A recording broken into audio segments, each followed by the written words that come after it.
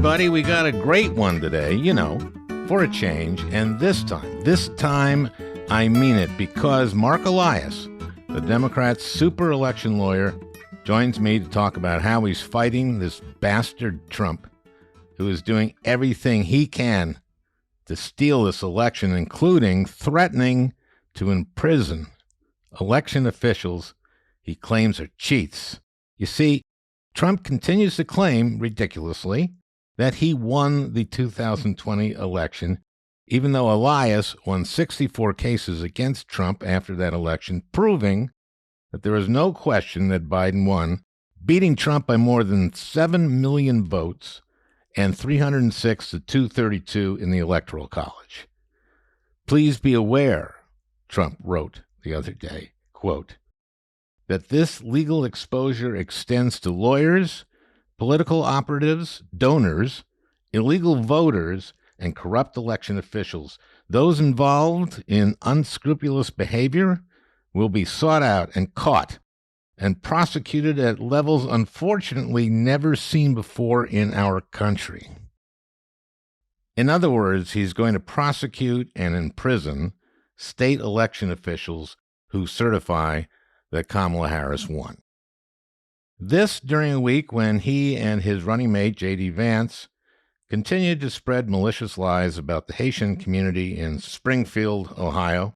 Vance got the ball rolling by spreading what he knew to be a false rumor, that the Haitian immigrants were stealing residents' cats and dogs and eating them. But he put that out after local authorities had told him that those rumors were not true. Then he said later on CNN, the American media totally ignored this stuff until Donald Trump and I started talking about cat memes. If I have to, create stories so that the American media actually pays attention to the suffering of the American people, then that's what I'm going to do. So, meanwhile, Springfield has gotten bomb threats, had to close down schools and businesses. The only suffering that Vance and Trump have gotten the media to pay attention to is the suffering that they've created in the state that Vance represents in the Senate. But they believe they win on it because they're certain that immigration is their best issue. We have to beat these guys. You have to do stuff, door knocking, phone banking, donate. And no matter what, vote and get your friends and relatives to vote unless they're MAGA. Well, Marc Elias is with me. We've got a great one today, for a change. Oh, wait. Before we go to Marc, we have an exciting announcement for those of you who live in St. Louis or the vicinity. We've got a great podcast coming that we're recording live at the factory on Thursday, October 10th at 8 p.m. with guests Jason Kander, Diana Kander, and Emily Wales, President and CEO of Planned Parenthood Great Plains, to talk about Missouri Amendment 3, Right to Reproductive Freedom Initiative. For tickets, go to alfranken.com/appearances. And now to my conversation with Marc Elias.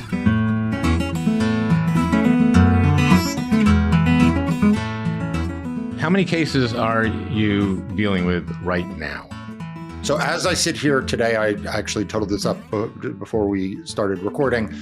We are involved in 56 lawsuits in 19 states. Okay. In 2020, you did 64? Is that how many? Or 65? So here's a way to think about 2020 on an aggregate basis. In the post-election, I and my team, we litigated 65 cases in the post-election, and we won 64 of them. Yeah, but you lost one, and it was a significant one. What was the issue? We lost the case in Pennsylvania in a trial court. The issue was whether about curing ballots, right? It was about curing ballots and whether they had 3 days or 5 days. and the state had said 5 days. Explain what curing is. I'm sorry I interrupt you. So when people vote by mail or they vote provisionally, sometimes they either have to show up a few days later with an ID or they have to bring in something else that perfects the ballot because there's some question of whether or not it should count. And in 2020, the Secretary of State issued guidelines about curing. Some counties allowed it, some counties didn't. That is a whole separate problem. And one county took the guidelines to mean that voters had 5 days to show up essentially in the county clerk's office. To cure their ballot, to fix it, to show that it was really them who voted absentee. Correct. It was really their signature. Correct. So they issued guidance that it was 5 days. The Trump campaign and the Republican Party said no, that they believed that the law only allowed it to be 3 days. We intervened to defend the state on 5 days. And in fact, it was 3 days. I've subsequently gone back, Al, because I've been curious.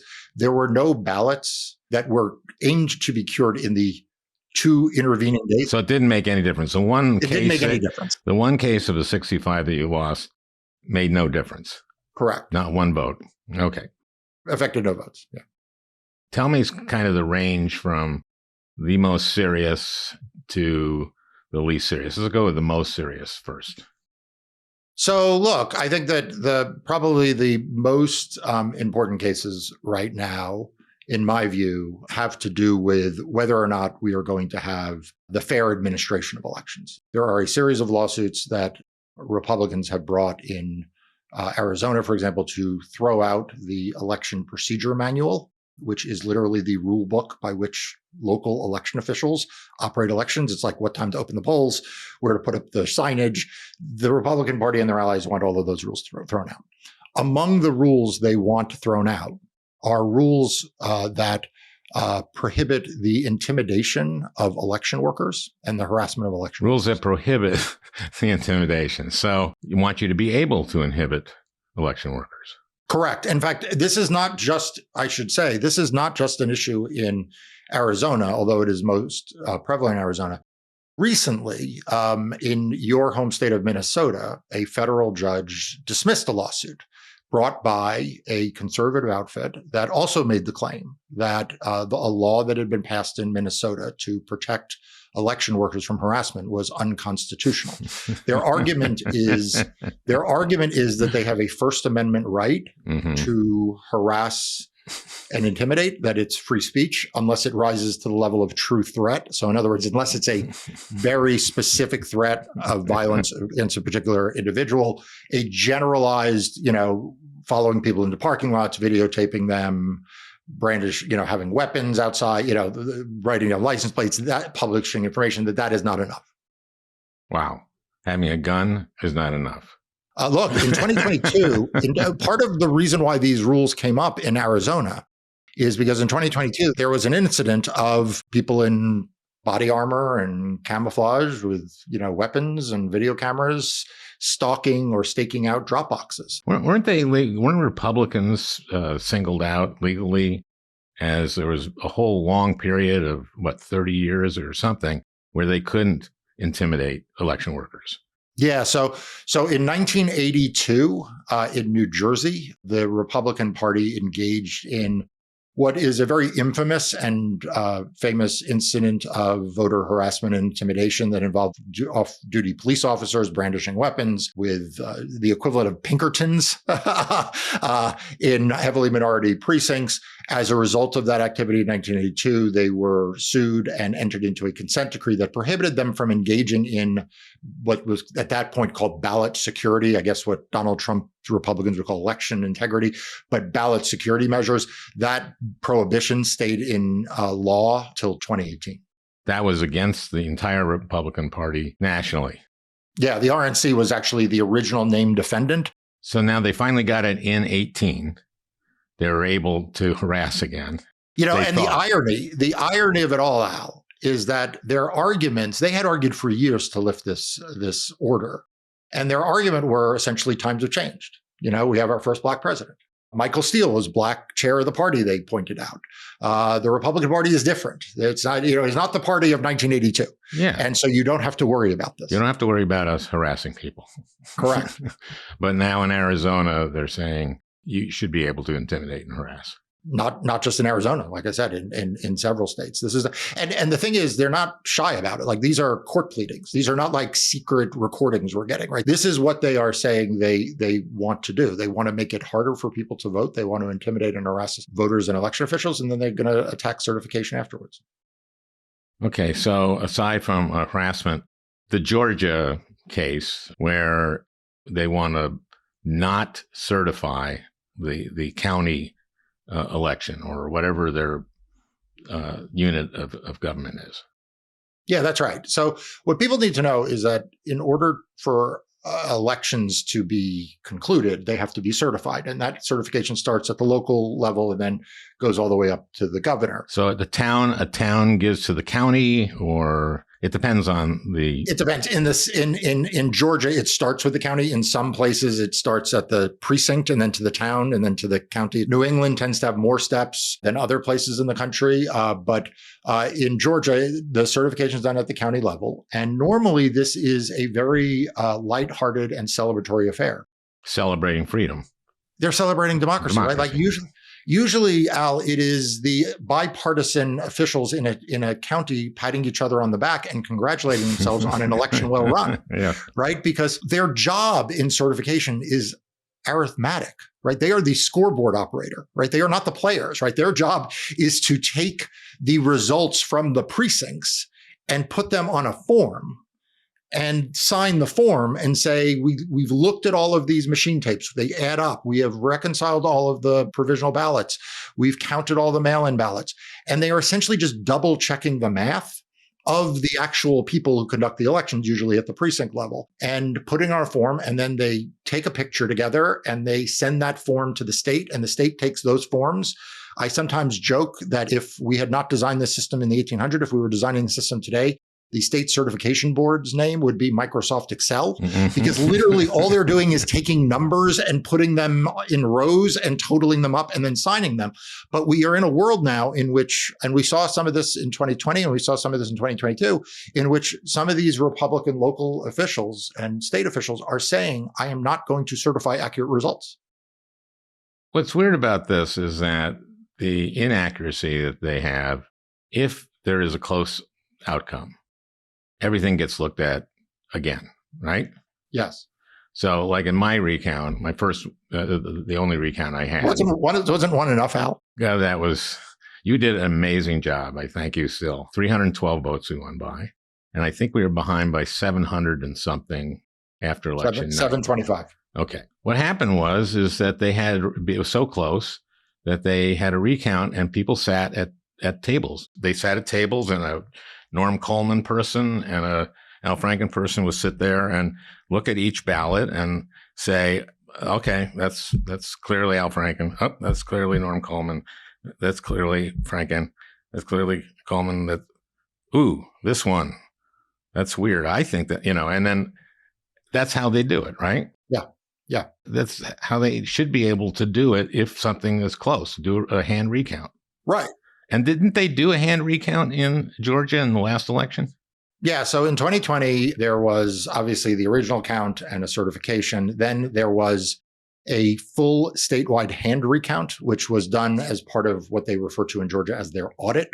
Then there was a third count, a second recount, which was a machine recount, which was discretionary, but the Trump campaign wanted, as I recall. Do you by any chance know what the difference in those three? Was there? Very, very small. There was, in a couple of rural counties, there were some small differences, which is to be expected. When you hand count ballots, you are going to count more votes than when you machine count ballots. And that's just because of what you said. Sometimes the machine can't pick up, the oval has been filled into not dark enough or something, particularly with mail-in ballots, or the ballot got folded and the machine didn't capture it perfectly. But they were very, very minor discrepancies. In fact, the discrepancies were so minor that it wasn't even one of the things Trump fought over. Well, I remember on the recording to Raffensperger, he said he won the state by 400,000 votes. Correct. Donald Trump has since in 2020, Donald Trump claimed he won 6 states that he lost. Those 6 states were Michigan, Pennsylvania, Wisconsin, Arizona, Georgia, and Nevada. Those are the states that he contested in the post-election. Since then, Al, he has said that he won Minnesota. Now, Minnesota, he lost by 7 percentage points, but he has since said that he won Minnesota. He has since said he won New Jersey. Now, I don't know how many points he lost New Jersey by, but it was a lot of points. And most recently, within the last few weeks, he has said he believes if there was an accurate count, he won California. Oh, my Lord. So, Al, if you ever have a chance to interview Donald Trump, you need to ask him, what state do you say you did lose? Like what is the state where you're like, okay, that state I lost? Because I think his answer in 2024 is going to be he won everywhere. I don't think he's going to admit that he lost anywhere. And, he keeps saying, I mean, why am I asking this? But he keeps saying there's proof and there's no proof. And it's just, and he led an insurrection on January 6th that several people died. Yeah. I mean, I think you need to understand 2020 as a continuum and escalation. So before the 2020 election, Donald Trump was telling lies about mail-in voting. And large chunks of the Republican establishment said, don't worry, he'll be responsible if he loses. Then he lost, and he filed lawsuit after lawsuit after lawsuit and lost. And the Republican establishment said, don't worry, just let him have his full day of litigating every case. And once that's resolved, he'll be responsible. Right. After he lost the final cases, what happened next? He instigated a violent insurrection at the final point of counting, right? Which is in the Congress, right? Like literally the last of the last places. He instigated a violent insurrection. And so all of the Republican voices who said, don't worry, he'll come to terms, don't worry, don't worry. Well, where are we today? Here's where we are today. In the run-up to the 2021 January 6th certification in Congress, the final lawsuit of consequence was an effort by the state of Texas to throw out the election results in 4 states. A backbenching Republican member of Congress from Louisiana named Mike Johnson. Oh, yeah, I've heard of him. Led the effort to corral members to file an amicus brief. And they got 126 members of the House Republican Conference to sign an amicus brief to throw out those states. The night of January 6th, okay, after the violence, after the horror that everyone saw, 139 House Republicans voted against not to certify. Most recently, there was a case in the U.S. Supreme Court that again dealt with Donald Trump and his various legal travails. It got over 200 people signing the amicus brief from the House. Like the House Republicans under Mike Johnson are getting worse. They're not getting better. So it's a MAGA party. And for the Republicans that aren't actually MAGA, they're pretend MAGA. They're kind of pretend so they don't get kicked out. Al, I say there are only 2 kinds of Republicans right now in office. Now, I'm not saying there are not Republicans outside of office who have left and all that, but there are 2 kinds of Republicans, particularly in Congress. There are proud MAGA and scared MAGA. The proud MAGA believe it and they are proud about it. The scared MAGA, as you say, they wake up every day that they are afraid that they are going to be outed for not believing in the nonsense that they have to publicly say they believe in. Well, they showed that Trump uses his power. This is his favorite way of using power, I suppose, is to step on whoever challenges him and to eliminate them. Yeah, that's exactly right. I do have a question for you that I have to ask, Al. Okay. So I have long credited you, and I regularly repeat that you were a visionary in understanding what an odious creature Ted Cruz is. Okay, yes. Like you like literally you were early to the Ted Cruz is a terrible person. First day I met him, we had a conversation, and he was such a dick. It was unbelievable. Yeah, but now I look and I'm like, okay, but JD Vance is in the Senate. Like, does it make you reevaluate? Have you revised your view of Ted Cruz in light of? Well, I don't know Vance, so I can't. I mean, Vance has turned out to be, thus far, not a really high quality vice presidential candidate. There's still time. I mean, there is this Ivy League, background, and then come to the Senate, and I'm just, salt of the earth. And Ted was one of those, and Josh Hawley is one of those. Oh, missed Hawley, yeah. Yeah. And Vance is, he has legitimate hillbilly roots, not his mom, but his grandmother. And I read the book and saw the movie. And so he has a legitimate, not born with a silver spoon in his mouth.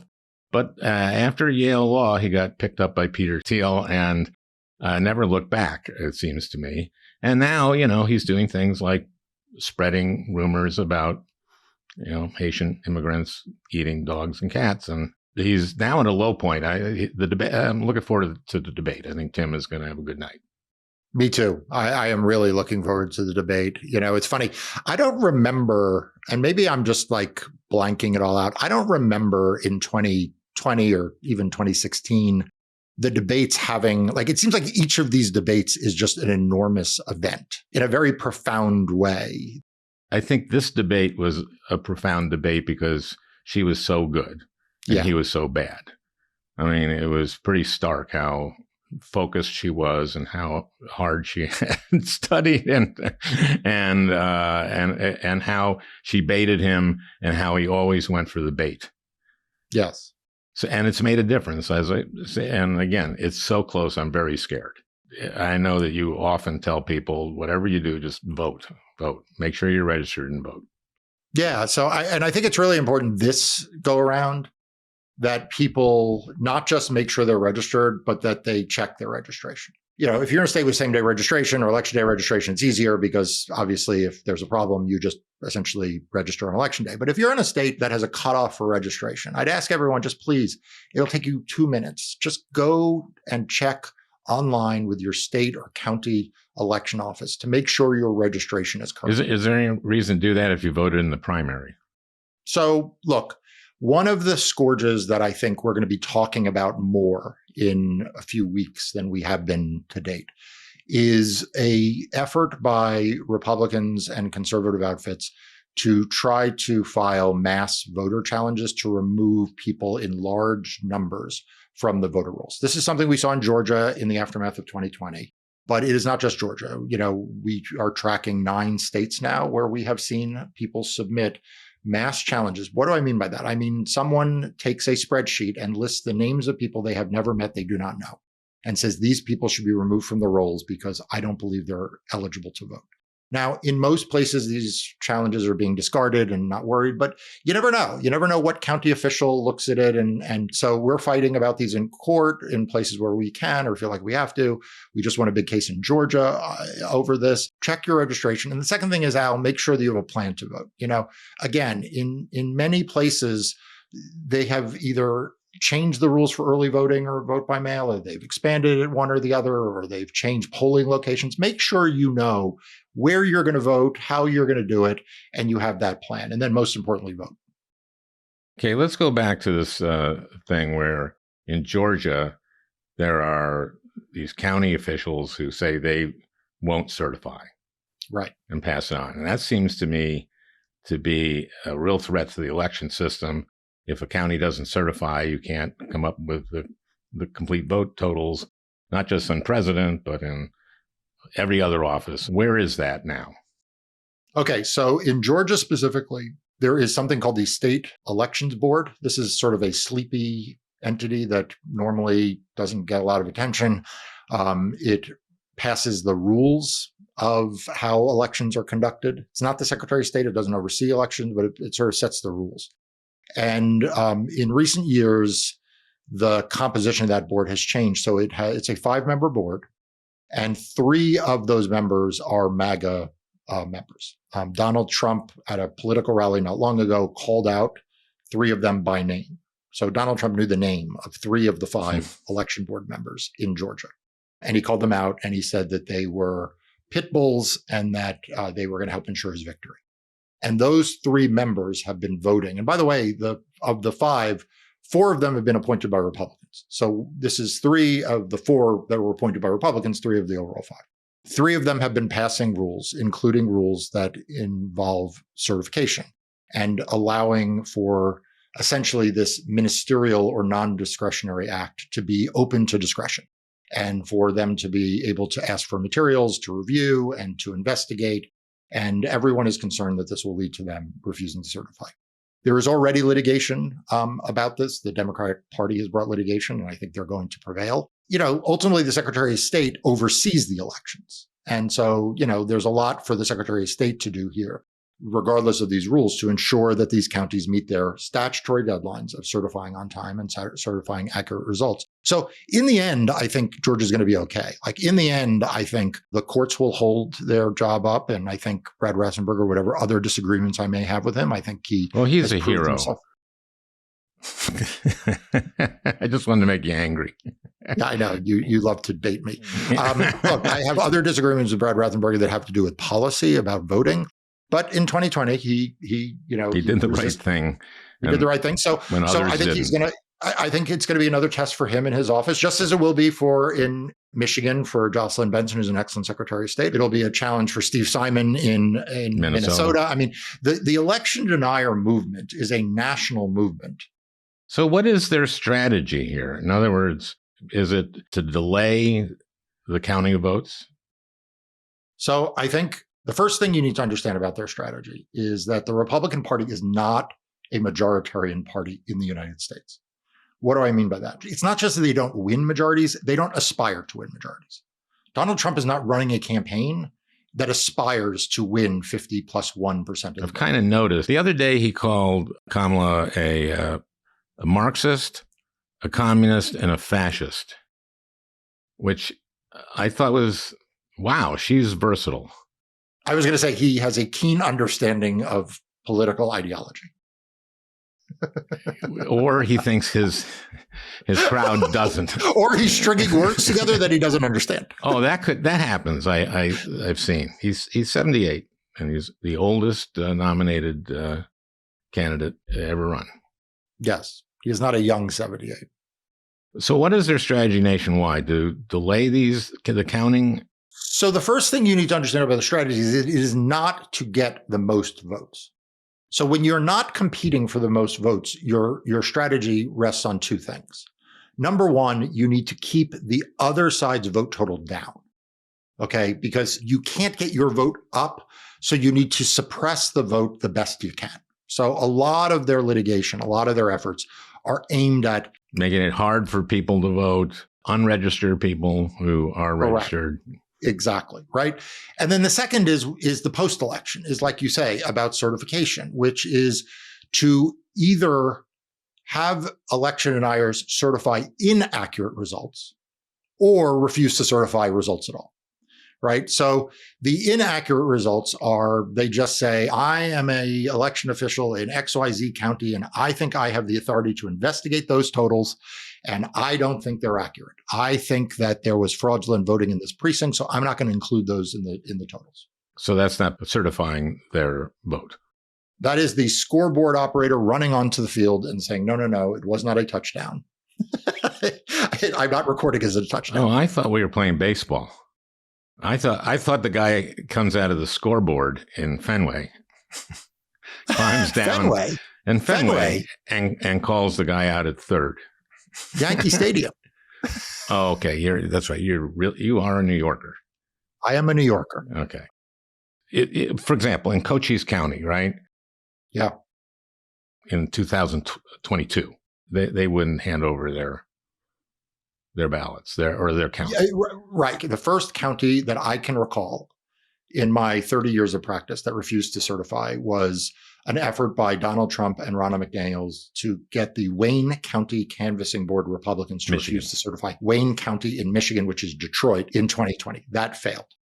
The next time I can recall in my 30 years of doing post-election litigation, a lot of recounts that I can recall a county official refusing to certify an election was in Cochise County, Arizona in 2022.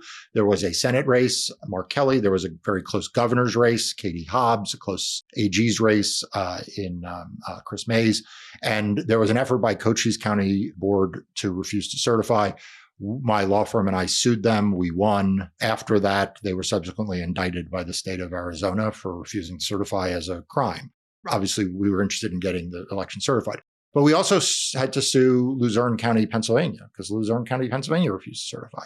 And those are not the only counties. There have been stories about Antrim County, Michigan, that has recently refused to certify. So this is a growing movement. And what they are trying to get out of it, Al, I think, is two things. And you've seen this on the right for years, and you've talked about this on the right for years.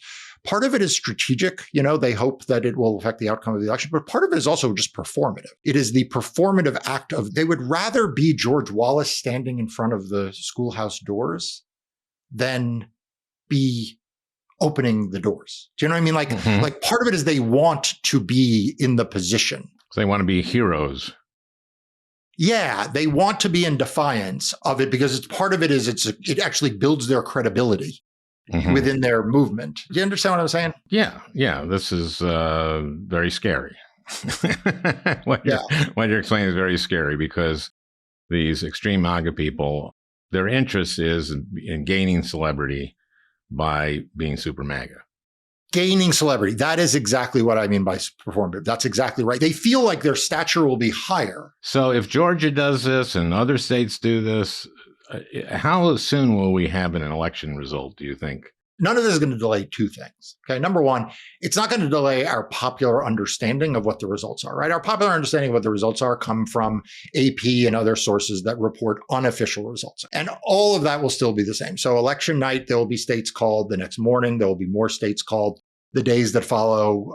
There may be a couple of stragglers. I think we went until, correct me if I'm wrong, Al, I think we went to either Friday or Saturday after the election until Pennsylvania, I think was the final state that was called in 2020. So that will be the same process. The certification process takes place sort of next, right? It starts after the unofficial results. And the deadlines for that vary by state. Most states have a deadline of typically around or before Thanksgiving. But if large counties are not reporting, like let's say in Georgia, and it's extremely close, then you can't call that state. Right. Well, but they'll get sued and forced to certify.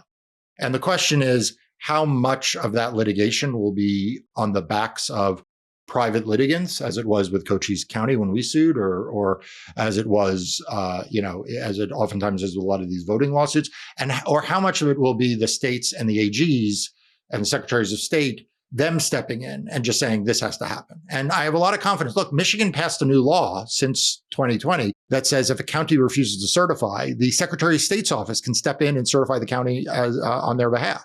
So they don't even need a lawsuit, right? They can just step in. So I think it's going to be, I'm not here to have rose-colored glasses. I'm very realistic, but I think that, this is going to happen. The question is how performative the other side is going to be in trying to prevent it. The ultimate deadline, Al, under the new Electoral Count Reform Act for states to certify their election results is December 11th. December 11th is sort of the critical federal date for president. As you know, for House and Senate elections, certification can go well beyond that. Yeah, as I'm aware, that was ridiculous. A couple of little things I wanted to ask about. If he wins, and in Project 2025, it calls for, getting rid of the civil service or a huge number of the civil service and replacing them with their soldiers, basically. And Trump sort of saying that it's the unitary power that the president has, and he has immunity on everything, and he appoints Steve Bannon to be something that he doesn't have to get through on a vote. And the whole Justice Department is just, and that's part of Project 2025. And he's said that he's going to go after, avenge himself through the Justice Department. How scary is this? It's very scary. Look, I think that when Donald Trump says he hasn't read Project 2025, I believe that because I don't know that Donald Trump has ever read 900 pages.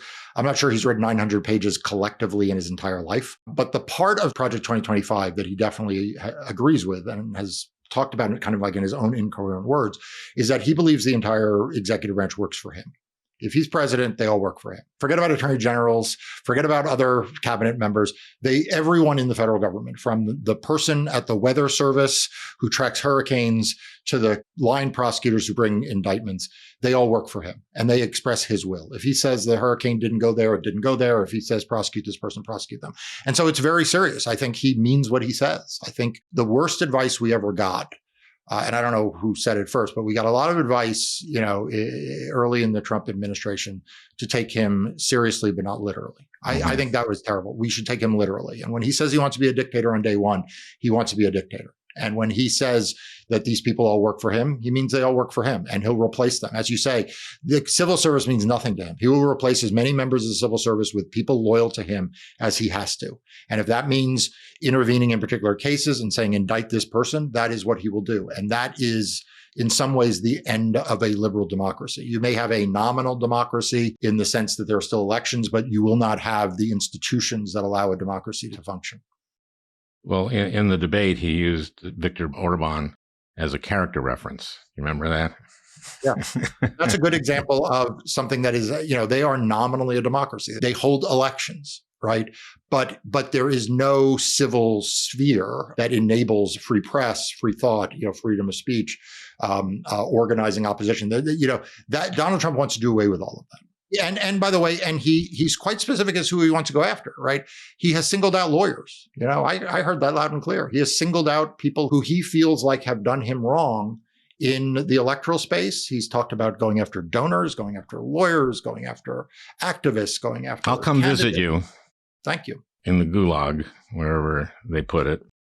Hey, can you tell a story for me? Sure. More uplifting than about the gulag? Sort of. I read Brian Tyler Cohen's book, and in it, he talked about poking holes in potatoes. Yeah. Can you tell that story? Yeah. So this is to motivate people to do something. Okay. I was born in Lenox Hill Hospital, which is in Manhattan, but I grew up most of my early life on Long Island. At the time that I was growing up, it was, I was born in 1969, so I was bar mitzvahed in 1982. And at that time, the Jewish community in and around New York was very politically active in issues of Soviet Jewry and civil rights, and really focused on the challenges that, at that time seemed existential with Reagan in the White House and the like. So that was one thing that was present. The other thing that was present is that Holocaust survivors at that time were not rare. I mean, it's not like they were everywhere, but like Holocaust survivors at that time were in the prime of their lives. They were not 90-year-olds who you were trying to record history from, right? These are people who in 1980, these are people who were, in their 50s, who had been in the Holocaust. World War II was 40 years earlier. So preparing for my bar mitzvah, you would meet with a lot of people who had been in the Holocaust one way or another. And one of the people who was a member of the synagogue that I was being bar mitzvah in, that my parents belonged to, had been an American GI. So this was someone who was a U.S. citizen, was Jewish, grew up in New York, and had fought for the Americans in World War II. And he was captured by the Nazis. I don't respect people who are captured. I like people who weren't captured. Right. Well, he was captured. Because I'm a dick. So he was captured and sent to a stalag, right? The stalags were the prison of war camps that enlisted men were sent to when they were captured. Like Hogan's Heroes. That was a stalag. Right, except, like Hogan's Heroes.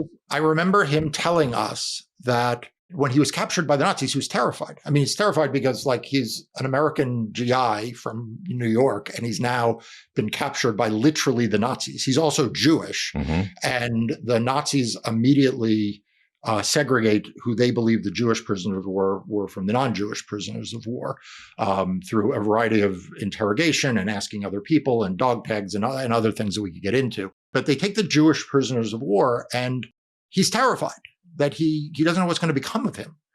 And he is ultimately, along with the other Jewish prisoners of war, put in a work camp, again, not uncommon. And their work detail was essentially agricultural. It was to harvest and to process. Thank you. Produce. And I will never forget him saying that he and some of the other Jewish prisoners of war got this idea that they were picking and processing potatoes.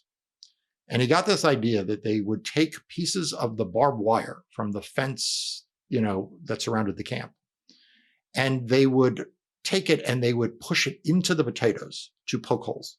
Not to leave the barbed wire in the potatoes, but to push it in and then pull it out so that the potatoes would rot. And their thinking was that if they did this to enough potatoes, then the potatoes would rot and then the Nazi soldiers would starve. Okay. So just imagine for a moment, you are 18 or 19 years old. You are from the United States. You are a Jewish American. You are literally captured by the Nazis. You are in a segregated work camp where the Nazis know you're the Jews. And you have this idea that you're going to take pieces of barbed wire and press them repetitively over the course of hours and days against your bare fingers with the hope that you spoil enough food, enough potatoes, that the Nazis starve and the Americans win the war. And I remember him saying this as if this made all the sense in the world. And I was sitting there thinking, that is incredibly insane. Like, what are you like, it's incredibly brave and it's incredibly inspirational, but what are you doing? And his attitude was like, well, what else could I do? What else could I do? Like I had to do something. I had to do the thing I could do. Mm-hmm. And so I tell this story because when people ask me why I continue to fight every day against the MAGA extremists, like, why do I bring this litigation? Look at the U.S. Supreme Court. Why do I keep speaking out when, it maybe doesn't make a difference? Or people ask me why they should vote or why they should write postcards to voters in other states. I tell them this story because it is our job to poke holes in the potatoes every single day. Maybe it won't starve the war effort. Maybe it won't lead to a different outcome in the election, but what else are we going to do? Al, you're old enough and fortunate enough to have a loving family with children and grandchildren. But my message to everyone listening is that 20 years from now, your children and your grandchildren are going to ask you about 2024. They're going to ask you about what happened in 2020 and 2021 and 2022, what happened to the pandemic. But what they're really going to want to know is, what did you do when democracy was at stake? They're not going to ask you what your policy, what your position was on tax policy. They're not going to ask you whether you bought an electric vehicle or not. Maybe they should, but that isn't what they're going to ask you. They're going to want you to know, what did you do? And you're going to want to tell them you did something. And that man taught me that he would always be able to tell the next generation of people, he'd be able to tell a 13-year-old bar mitzvah student that when he was in the worst of worst, in the darkest days, he did the thing he could do. He poked holes in the potatoes. And so each and every one of us have an obligation to do the things we can do, which starts with voting, extends to knocking on doors. It extends to writing postcards. It extends to, not everyone is Al Franken, who has, millions and millions of people who listen to his words. But you know what? Every one of you has a knitting club. You have a dinner table. You have a diner that you go to. You have customers. You have clients. Speak out. Tell them that what Donald Trump wants to do to America is not okay. Tell them that it is their obligation to register to vote and to vote. And that is your part of poking holes in the potatoes. And so I hope everyone does that. Well, thanks. I asked for that story. I didn't ask for a whole sermon. Well, you got the sermon. No, it was beautiful. And you're doing everything you can do. I know that. And it's amazing. I'd like to end on that, though. That makes a lot of sense to end on. Good luck. That's all I can say. And thank you for doing what you do every day. And thank you, Al, for everything you do. You have been an enormous positive influence in my life at a lot of levels. I mean, first of all, you told me I was funny, which actually you told me I was very funny, which has meant the world to me. But well, also your doggedness in standing up for what is right has never been more essential. I remember reading, I don't want to say it was your first book because I don't know if it was your first book, but I remember reading Lies and Lying Liars. Yeah. Okay.